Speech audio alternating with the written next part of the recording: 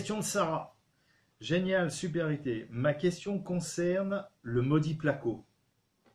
Quelle est la solution la plus facile à mettre en œuvre pour un rendu le plus propre? Le meilleur rapport qualité-travail? Et quels conseils pour la mise en œuvre sur ce support? Le placo. Alors on va plutôt parler de plaque de plâtre parce que placo c'est une marque.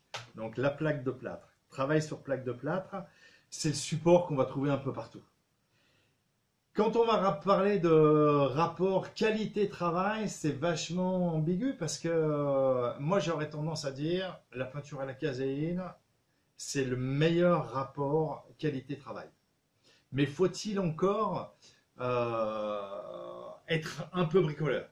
Parce que fabriquer sa peinture, eh ben c'est une chose, et avoir une qualité, c'est une autre chose. Donc je dirais le plus simple, pour quelqu'un qui est un peu bricoleur, l'idéal sur le placo, de toute façon, il faut utiliser une sous-couche. Le plus simple, c'est de prendre une sous-couche du commerce, ce qu'on appelle une impression. Alors naturelle, ça existe. Chez n'importe quel fournisseur de matériaux naturels, vous allez trouver ça.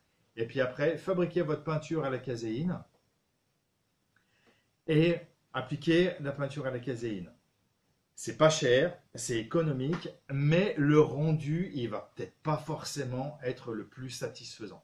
Parce qu'il y a quand même pas mal de préparation au niveau de quand on va préparer la peinture. Si on veut avoir un produit qui est relativement fin, il faut bien préparer sa peinture, la tamiser et on aura un joli rendu. Si on ne s'y connaît pas tellement, moi j'aurais tendance à conseiller de prendre ce qu'on appelle les peintures à dispersion naturelle du commerce.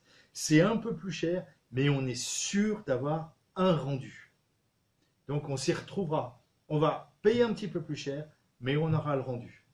De l'autre côté, on est bien bricoleur, on a déjà fait des essais, et bien on part sur une peinture à la caséine. En fait, il n'y a pas de miracle. On ne va pas trouver le produit qui n'est pas cher, qui va bien et qui aura un joli rendu.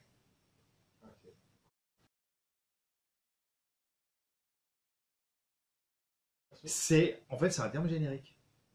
Peinture à dispersion, c'est la peinture à l'acrylique, c'est une peinture à dispersion. Quand on va chez un commerçant, on va dire ben voilà, je voudrais un vernis, je voudrais une laque ou une peinture à dispersion. En fait, il comprend le commerçant. Merci Bruno pour toutes ces explications.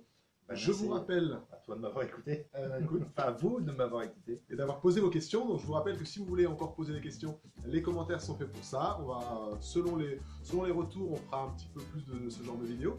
Et puis, n'oubliez pas de vous abonner, c'est comme ça que ça marche sur YouTube, vous le savez déjà. Si vous voulez avoir plus d'informations sur les constructions, la construction écologique en général, les peintures écologiques en particulier, cliquez sur abonnez-vous, la petite cloche, vous savez comment ça fonctionne.